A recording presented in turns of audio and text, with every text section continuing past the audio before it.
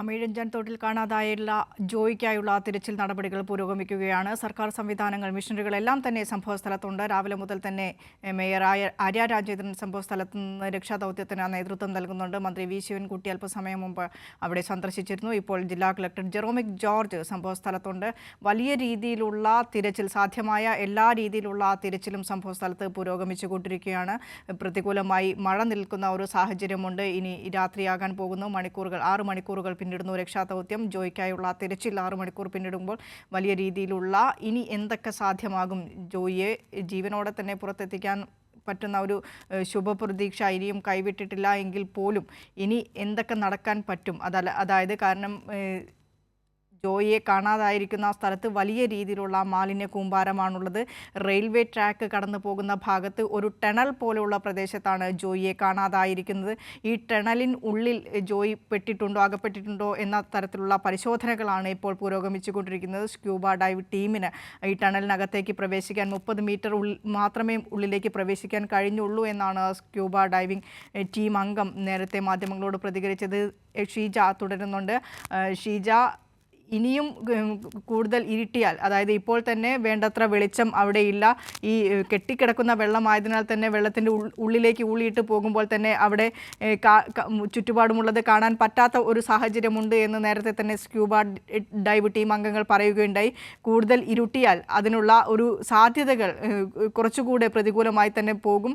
കാരണം scuba dive അംഗങ്ങൾക്ക് രാത്രിയിൽ വെള്ളത്തിനടിയിൽ പോയി തിരച്ചിൽ നടത്താനുള്ള ഒരു സാഹചര്യം ഉണ്ട്. അത്തരത്തിലൊരു സാഹചര്യമാണ് എന്ന് തോന്നുന്നില്ല. പിന്നീട് ഏത് രീതിയിലായിരിക്കും ഈ രക്ഷാദൗത്യ നടപടികൾ പുരോഗമിക്കുക? ഏതായാലും നിലവിൽ രാത്രിയിലുടനീളം ഈ മാലിന്യ നീക്കം നടത്തുക എന്നത് തന്നെയാണ് നിലവിൽ തീരുമാനിച്ചിട്ടുള്ളത്. അതുമായി ബന്ധപ്പെട്ടുള്ള പ്രവർത്തനങ്ങൾ നിർത്തിവെക്കേണ്ടതില്ല എന്ന് തന്നെയാണ് നിലവിൽ ഇപ്പോൾ തിരുവനന്തപുരം നഗരസഭ പ്രവർത്തകർ തീരുമാനിച്ചിരിക്കുന്നത്. നഗരസഭയുടെ തന്നെ ഷീജയുടെ ഓഡിയോയിൽ വ്യക്തത കുറവുണ്ട്. ആമയിഴഞ്ചാൻ തോട്ടിൽ കാണാതായ ജോയിക്കായുള്ള തിരച്ചിൽ തുടരുകയാണ്. വലിയ രീതിയിലുള്ള മാലിന്യ കൂമ്പാരം വന്നടിഞ്ഞ് ടണലിൻ്റെ ഭാഗത്ത്, ജോയിയെ കാണാതായ ടണലിൻ്റെ ഭാഗത്ത് വന്നടിഞ്ഞ് കിടക്കുന്ന വലിയ രീതിയിലുള്ള മാലിന്യ കൂമ്പാരമാണ് ഇപ്പോൾ രക്ഷാപ്രവർത്തനത്തിന് വിഘാതമായിരിക്കുന്നത്. വലിയ രീതിയിലുള്ള തടസ്സം സൃഷ്ടിക്കുന്നത് ടണൽ ഭാഗത്ത് വലിയ രീതിയിലുള്ള മാലിന്യ കൂമ്പാരമാണ് വന്നടിഞ്ഞിരിക്കുന്നത്. ഇത് വൃത്തിയാക്കാനായി ഇറങ്ങിയ റെയിൽവേ കരാർ ശുചീകരണ തൊഴിലാളിയായ ജോയിയാണ് ഇന്ന് രാവിലെയോടെ അപകടത്തിൽപ്പെട്ടത്. ഇതുവരെയും 6 മണിക്കൂറുകൾ പിന്നിടുമ്പോൾ പോലും ജോയിയെ കുറിച്ച് യാതൊരുവിധ വിവരവും ഇതുവരെയും ലഭിച്ചിട്ടില്ല. ഏതെങ്കിലും രീതിയിൽ മാലിന്യ കൂമ്പാരങ്ങൾക്കിടയിൽ ജോയി അകപ്പെട്ടിട്ടുണ്ടോ എന്ന പരിശോധനയാണ് ഇപ്പോൾ നടത്തുന്നത്. ഫയർഫോഴ്സ്, സ്ക്യൂബ ടീം അംഗങ്ങൾ, പോലീസ് ഉദ്യോഗസ്ഥർ, നഗരസഭ ശുചീകരണ തൊഴിലാളികളെല്ലാം തന്നെ രക്ഷാപ്രവർത്തന മുഖത്തുണ്ട്. എങ്കിൽ പോലും ജോയിയെക്കുറിച്ചുള്ള പ്രതീക്ഷാകരമായ ഒരു സൂചനയും ഇതുവരെയും ലഭിച്ചിട്ടില്ല. അതിന് വിഘാതമാകുന്നത് രക്ഷാപ്രവർത്തനത്തിന് മുന്നിലുള്ള വലിയ രീതിയിലുള്ള മാലിന്യ കൂമ്പാരം തന്നെയാണ്.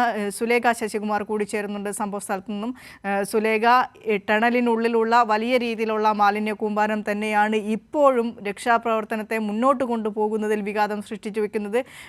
സമയം ഇരുട്ടി വരികയാണ്. സ്കൂബ ടീം അംഗങ്ങൾക്ക് ഡൈവ് ചെയ്യാൻ പറ്റാത്തൊരു സാഹചര്യത്തിലേക്ക് സമയം മാറുമ്പോൾ, അതായത് രാത്രിയാകുമ്പോൾ ഇപ്പോൾ തന്നെ മാലിന്യ കൂമ്പാരങ്ങൾക്കിടയിൽ ഉള്ളോട്ട് ഊളിയിട്ട് പോകുമ്പോൾ കാഴ്ചയ്ക്ക് വ്യക്തത കുറവുണ്ട്. മാലിന്യ കൂമ്പാരങ്ങൾ അത്രയധികം വന്നടിഞ്ഞതിനാൽ തന്നെ ചുറ്റുഭാഗമുള്ളത് ഒന്നും കാണാൻ കഴിയുന്നില്ല എന്നാണ് നേരത്തെ സ്ക്യൂബ ഡൈവിൻ്റെ ടീം അംഗം നമ്മളോട് പ്രതികരിച്ചത്.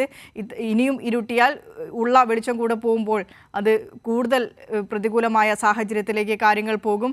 പിന്നീട് ഈ മാലിന്യം നീക്കുന്ന നടപടികൾ തന്നെയാകുമോ, ഈ മാലിന്യ കൂമ്പാരങ്ങൾക്കിടയിൽ ജോയിയെ ഉണ്ടാകുമോ, അത്തരത്തിൽ ജോയി മാലിന്യ കൂമ്പാരങ്ങൾക്കിടയിൽ അകപ്പെട്ടിട്ടുണ്ടോ എന്ന പരിശോധനയാകുമോ ഇനി നടക്കുക?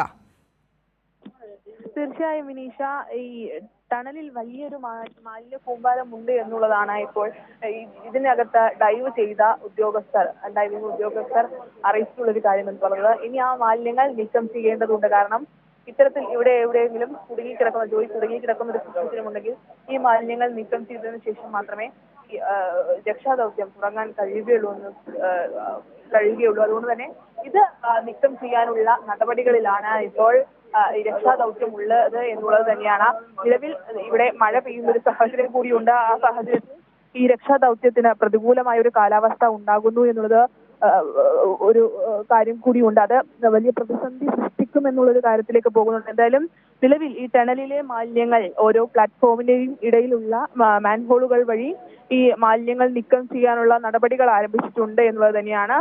JCB ഉപയോഗിച്ച് ഓരോ ട്രാക്കിലും JCB ഉപയോഗിച്ചുകൊണ്ടാണ് ഇത്തരത്തിൽ ടണലിലെ മാലിന്യങ്ങൾ നീക്കം ചെയ്യുന്ന നടപടികൾക്ക് തുടക്കം ആയിട്ടുള്ളത്.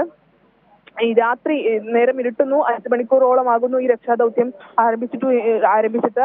അതുകൊണ്ട് തന്നെ ഈ രാത്രിയിൽ ഈ ഡൈവ് ചെയ്യാൻ ഈ സ്കൂബ ഡൈവിംഗ് ടീമിന് ഡൈവ് ചെയ്യാനുള്ളൊരു കാലാവസ്ഥ ഉണ്ടാകില്ല, ഒരു സാഹചര്യം ഉണ്ടാകില്ല എന്നുള്ളത് കൊണ്ട് തന്നെ അത് വലിയ രീതിയിലുള്ള ഒരു പ്രതിസന്ധി ഈ ഒരു കാര്യത്തിൽ സൃഷ്ടിക്കുമെന്നുള്ളത് കാര്യമുണ്ട്. കാരണം നിലവിൽ ഇപ്പോൾ തന്നെ ഈ ടണലിൽ വെളിച്ചം ഇല്ല.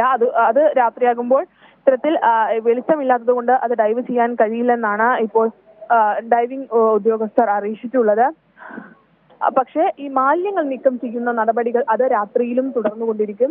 കാരണം വലിയ രീതിയിലുള്ള ഒരു മാലിന്യ കൂമ്പാരമാണ് ഈ റെയിൽവേ ട്രാക്കിനടിയിലൂടെ കടന്നു പോകുന്ന ഈ ടണൽ പോലുള്ള ആമയിഴഞ്ചാൻ തോടിന്റെ ടണൽ പോലുള്ള ഭാഗത്ത് വലിയ രീതിയിലുള്ള മാലിന്യ കൂമ്പാരങ്ങളാണ് ഉള്ളത്. ഇത് നീക്കം ചെയ്യുന്ന നടപടികൾ രാത്രിയിലും തുടരുമെന്നാണ് ഇപ്പോൾ വ്യക്തമാക്കിയിട്ടുള്ളത്. രക്ഷാദൗത്യ സംഘം വ്യക്തമാക്കിയിട്ടുള്ളത്. നിലവിൽ ഇപ്പോൾ മഴ തുടങ്ങുന്ന ഒരു സാഹചര്യം, മഴയുള്ള സാഹചര്യമാണ് നിലവിലുള്ളത്.